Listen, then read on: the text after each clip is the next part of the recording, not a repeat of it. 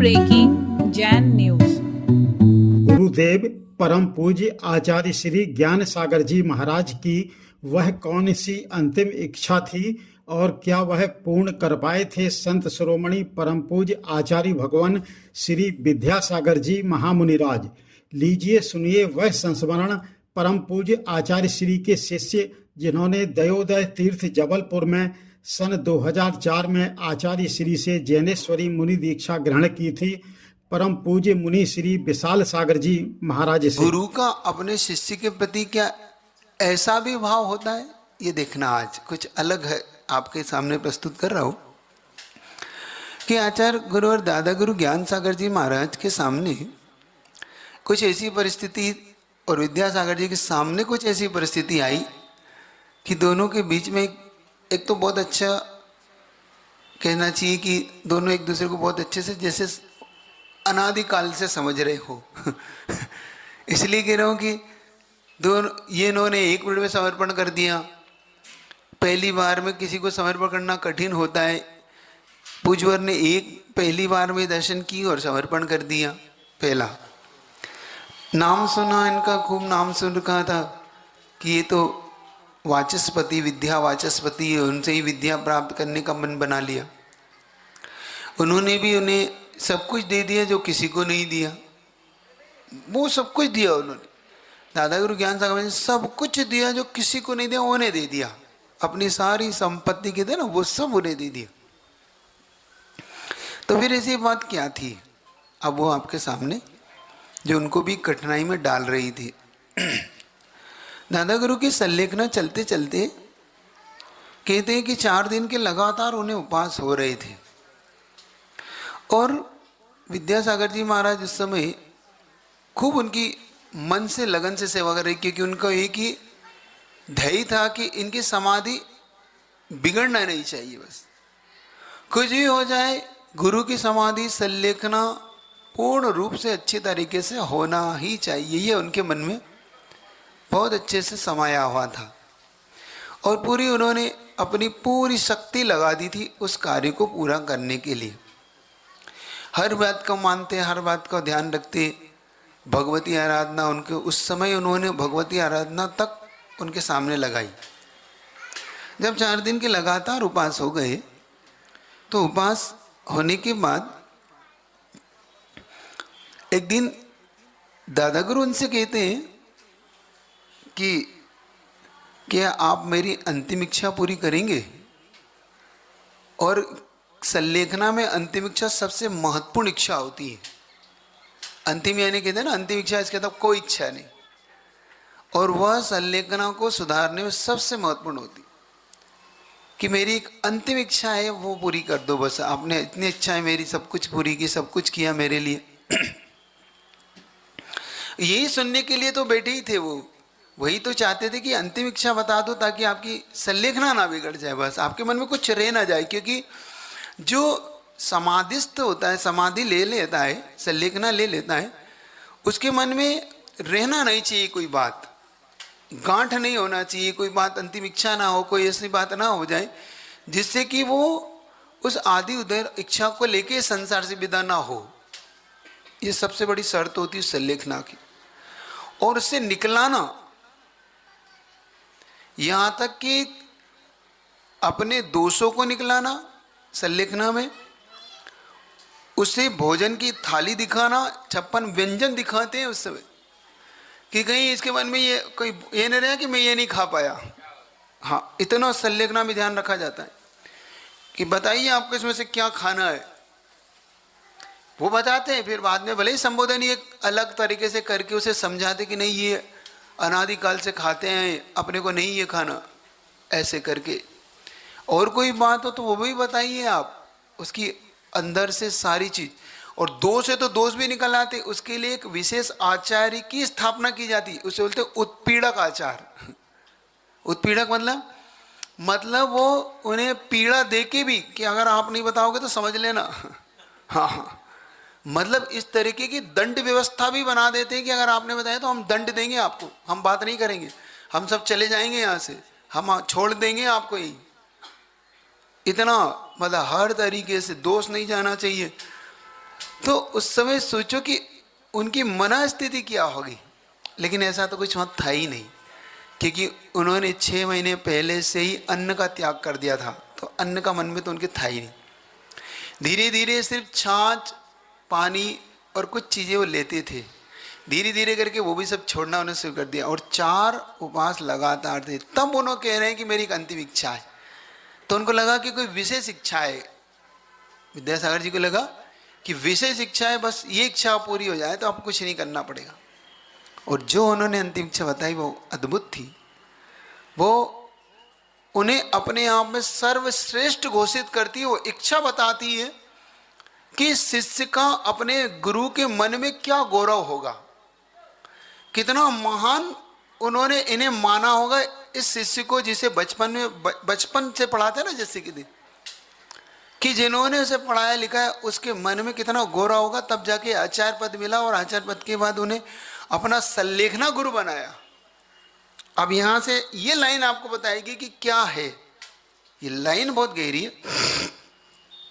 उन्होंने पूछा कि आप बताएं आपकी अंतिम इच्छा क्या है, मैं बस आप जो कहें। लेकिन उन्होंने फिर एक प्रश्न खड़ा कर दिया, लेकिन तुम पूरी नहीं कर पाओगे, शायद आप पूरी नहीं कर पाओगे। उनको लगा कि भाई ऐसी कैसी इच्छा है आप? नहीं नहीं, मैं करूंगा। करोगे? हाँ मैं करूंगा। तो उन्होंने कहा अगर करना ही है तो एक बार देखना, इसके बाद आप सबका मन प्रसन्न हो जाएगा इस इच्छा को सुनने के बाद कि गुरु का क्या गौरव है अपने गुरु का, उनके गुरु के मन में, तो हम सब के मन में क्या उनका गौरव होना चाहिए। उनका बस एक बार वत्स कह के मेरे सिर पे सहला दो, बस मेरी यही अंतिम इच्छा है। क्या कह दो? वत्स। उनका मैंने तो तुम्हें अपनाया। देखो उससे पहले एक लाइन और बोली उन्हें कहा कि देखो मैंने तुम्हें अपना गुरु माना, क्या तुमने मुझे शिष्य माना? क्योंकि अभी तक तो तुम मुझे अपना गुरु मानते थे और मैं आपको अपना शिष्य मानता था, लेकिन अब तो पूरा बदल गया। तो अब तो मैंने आपको गुरु मान लिया, कि आपने मुझे शिष्य माना है। तो उनका कितना अच्छा उत्तर दिया गुरुदेव ने स्वयं, ये तो मोक्ष मार्ग है, ये कहाँ कौन गुरु और कौन शिष्य, ये तो मोक्ष मार्ग है। यहाँ पे कौन गुरु है कौन शिष्य है, यहाँ कोई गुरु कोई शिष्य, ये तो मोक्ष मार्ग है, ये तो अपने में रहने का मार्ग है। तो बस ये सुन सुन के गदगद हो गए। फिर कहते हैं बस एक बार वत्स कह दो और मेरे सिर पे सहला दो, बस मेरी यही अंतिम इच्छा है। और कहते हैं सबसे कठिन इच्छा थी ये, उनके सामने एक कठिन परीक्षा की घड़ी थी। सबसे कठिन परीक्षा होती है, आप विचार करो कितनी कठिन परीक्षा होगी उनके लिए, कि जिनसे सीखा उनको वश्य कहना, जिन्हें पिता तुल्य माना, जिन्हें कुरु तुल्य माना, जिन्हें अरिहंत के तुल्य माना, उनके लिए ये मुख से निकलना कितना कठिन होगा। लेकिन कहीं उनके गुरु के मन में यह अंतिम इच्छा अधूरी ना रह जाए, इसलिए विद्यासागर जी ने वो भी पूरी करी और उसमें भी पास हुए। वो भी पूरी करी, ऐसा सहला के और मुख से कुछ शब्द के वो भी पूरी करी। सोचो कितना गजब का वो दृश्य होगा कि गुरु की इच्छा। कभी आपसे एक बार मैंने कहा था कि वो सपने में भी अपने गुरु की आज्ञा नहीं टालते। स्वप्न में भी अगर उन्हें आज्ञा मिलती थी अपने गुरु की तो वो टालते नहीं। तो फिर तो अब तो साक्षात आज्ञा देने वाले गुरु उनके पास उस समय मौजूद थे। तो ये आप विचार करना कि कभी ऐसी आज्ञा मिलने के बाद गुरु के मन में कितना बड़ा घोरा होगा, क्या सोच लिया होगा उनने, क्या उनके मन में चल रहा होगा कि मैं किसके पास सल्लेखना ले रहा हूँ। सोचो, विचार करो कि उनके मन में क्या चल रहा होगा कि क्या सल्लेखना लेना और मैं किसके पास ले रहा हूँ, जिससे को मैंने सिखाया पढ़ाया। वैसे तो आगम में एक चीज आती है कि सल्लेखना संग छोड़ के ली जाती है। क्या आगम में आती है कि जो संग में आचार्य पद पे रह के अपने शिष्यों को पढ़ाया है तो उस संग को छोड़ के अन्य संग में सल्लेखना ली जाती है। लेकिन गुरु ये तय करता है कि अगर चलने में असमर्थ हो और स्वास्थ्य को लेके अनुकूलता नहीं हो या ऐसे आचार्य की उपलब्धि नहीं हो तो फिर अपने ही संग में वो शिष्य को गुरु बना के संलेखना ले लेता है। और यहां तक भी आता है कि संलेखना भी दो प्रकार से की जाती, एक प्रकाश और एक अप्रकाश। जरूरी नहीं कि संलेखना बता के की जाए, आगम में एक बहुत स्पष्ट है। जैसे किसी लोगों ने पूछा था ना कि आचार्य जी ने क्यों नहीं बताया, आचार्य जी ने क्यों नहीं बताया कि आपने संलेखना संसार के सामने। तो स्पष्ट आगम क्या कहता है, पढ़िए पहले। यही भगवती आराधनाकार कहते हैं कि संलेखना लेने वाले आचार्य अगर ये मान्यता रखता है कि नहीं मुझे इसको प्रकाशित नहीं करना है, तो वो उस संलेखना को अप्रकाशित रख के भी कर सकता है। संसार के सामने लाना उसकी कोई जरूरी मजबूरी नहीं है, वो अप्रकाशित होती है संलेखना। एक होती है प्रकाशित संलेखना, एक तो घोषित संलेखना कि मैंने संलेखना ले ली, ये एक। दूसरा, उन्होंने मन में धारण कर लिया, कायोसर कर लिया और मौन ले लिया। उसमें लिखा है भगवती आराधनाकार कि वो मौन ले लेते हैं और अपने अंदर ही अंदर संलेखना चलती रहती है उनकी, और शांत से पूरी करके निकल जाते हैं यहाँ से, बताते नहीं संसार की मैंने ली। तो ये भी एक वर्णन मिलता है, ये हमें समझना है। हमें ये नहीं सोचना है कि बताए ही गुरु आपको संलेखना के विषय में कुछ बताए, ये कोई जरूरी नहीं, उनकी कोई मजबूरी नहीं। लेकिन कितना गहरा भाव होता है जब ये सोचते हैं, तो नेत्र सजल हो जाते हैं कि कितना गहरा उनके अपने गुरु के प्रति। अपन सबका जो भाव है वो तो अपन शिष्यत्व में होने के कारण है, लेकिन उनका अपने शिष्य के प्रति कितना समर्पण है ना। अपन सबका समर्पण तो इसलिए कि हमारे वो गुरु हैं, लेकिन उनके गुरु की कोई मजबूरी नहीं थी। उनके गुरु की मजबूरी नहीं थी कि वो उनके प्रति कोई समर्पण, लेकिन नहीं, उनका व्यक्तित्व और उनके गुणों ने उन्हें इस बात के लिए प्रेरित किया कि नहीं, ये मेरा गुरु होना चाहिए। महानता कहाँ से आती है? महानता गुरु महान है इसलिए नहीं, गुरु की निगाह में जब शिष्य महान होने लगता है तो वो शिष्य अलग ही महानता को प्रकट करने लगता है। समझ रहे हो कि नहीं? बात समझ आ रही? शिष्य, गुरु तो है ही महान, लेकिन जब गुरु की निगाह में वो शिष्य महान होने लगता है और इतना महान हो जाए कि गुरु भी उसे अपना गुरु बना ले, अपना गुरु स्वीकार कर ले, तब समझिए कि कोई विशेषता, कुछ क्वालिटी अलग ही है उस व्यक्ति की। उस व्यक्ति का व्यक्तित्व कुछ भिन्न है संसार में, तभी। और ऐसे कई बातें हैं जिन पे लिखे उन्होंने अक्षरशः अपने गुरु की आज्ञाओं को पालन किया, कभी नहीं।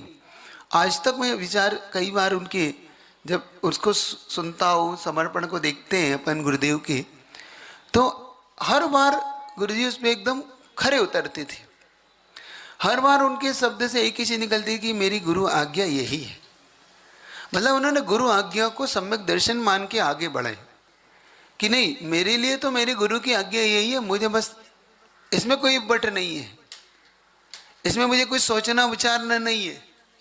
मतलब कितना गहरा समर्पण होता है। यहाँ रचता है कोई परिभाषा, यहाँ व्यक्तित्व बनता है एक महान।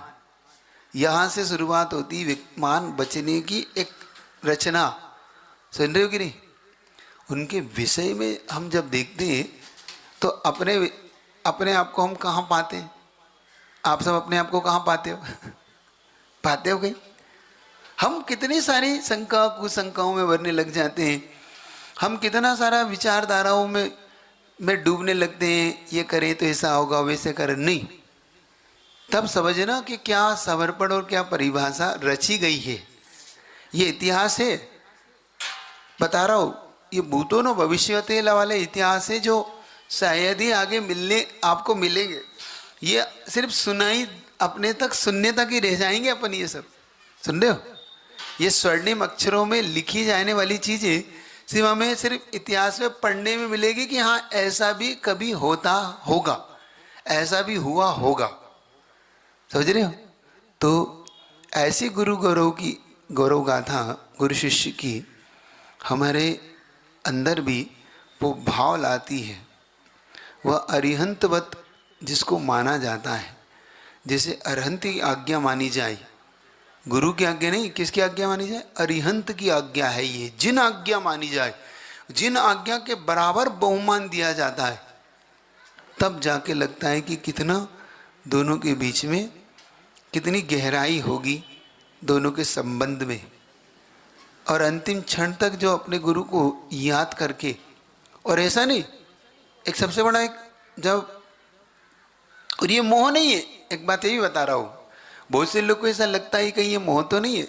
नहीं, ये मोह की परिकाष्ठा या मोह, इसमें कहीं संबंध नहीं। क्यों इसलिए कह रहा हूँ कि एक बार जब आचार्य भगवान ने 99 में इंदौर कोमटगिरी में चतुर्मास किया, तो चतुर्मास में दोनों वहाँ के जो पाटोदी जी थे, माणकचंद जी पाटोदी, बाबूलाल जी पाटोदी, तो वो वहाँ पे पूरी, तो एक बार गुरु जी के पास बैठ के उन्होंने पूछा कि आचार्य श्री, कभी आपको लगा नहीं कि आचार्य श्री ज्ञान सागर जी महाराज आपको छोड़ के चले गए, और जब उनकी संलेखना हुई तब आपको मन में कोई दुख हुआ हो कि अब मैं क्या करूँगा, मेरा गुरु की छाया थी, कभी आपको ऐसा अकेलापन नहीं लगा? देखना उन्होंने क्या उत्तर दिया, आपको कोई कष्ट नहीं हुआ? तो मोह का संबंध और गुरु शिष्य का संबंध क्या अंतर करता है देखना है। तो उन्होंने कहा नहीं, गुरु जी कहा नहीं, मुझे कभी नहीं लगा, बल्कि मुझे इस बात की प्रसन्नता थी कि मैं अपने गुरु की संलेखना व्यवस्थित करा पाया।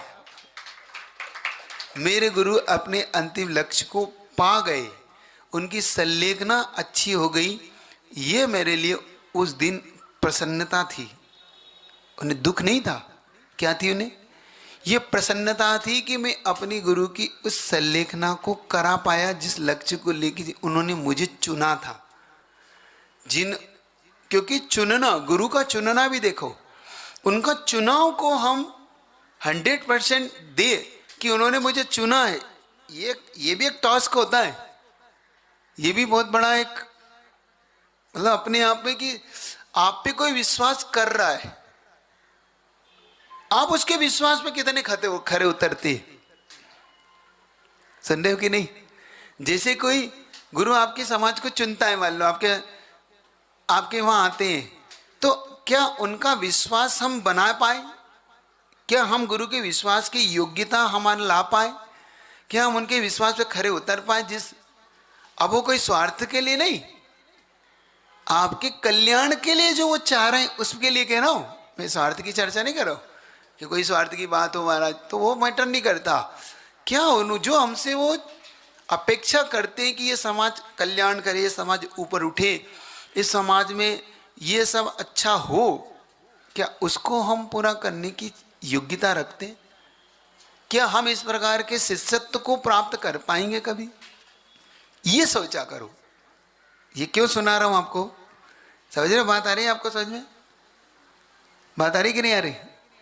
आ रही है? तो समझना, अगर हम ऐसे कुछ बन पाए तो जीवन हमारा, एक जीवन उनके लिए समर्पित हो। अनंत जीवन हमने जिए, ना जाने किस किस के लिए जिए ना। हम परिवार के लिए जिए, बच्चों के लिए जिए, हम मित्रों के लिए जिए, शायद कंपनियों के लिए जी रहे हम, है ना। हम IT वाले लोग न जाने किसकी जॉब करने के लिए जी रहे, कोई किसके लिए जी रहा, लेकिन क्या एक जीवन हमारा उनके लिए भी है? क्या उन देवशास गुरु के लिए है? क्या उस गुरु के लिए है जिसने हमें जीवन में ऊपर उठने की कला दी, मार्ग दिया, पथ प्रदर्शक बने, जिन्होंने पथ दिया, पाथेय दिया, पद दिया? क्या हमारा उनके लिए कुछ है? ये आपको विचार करना।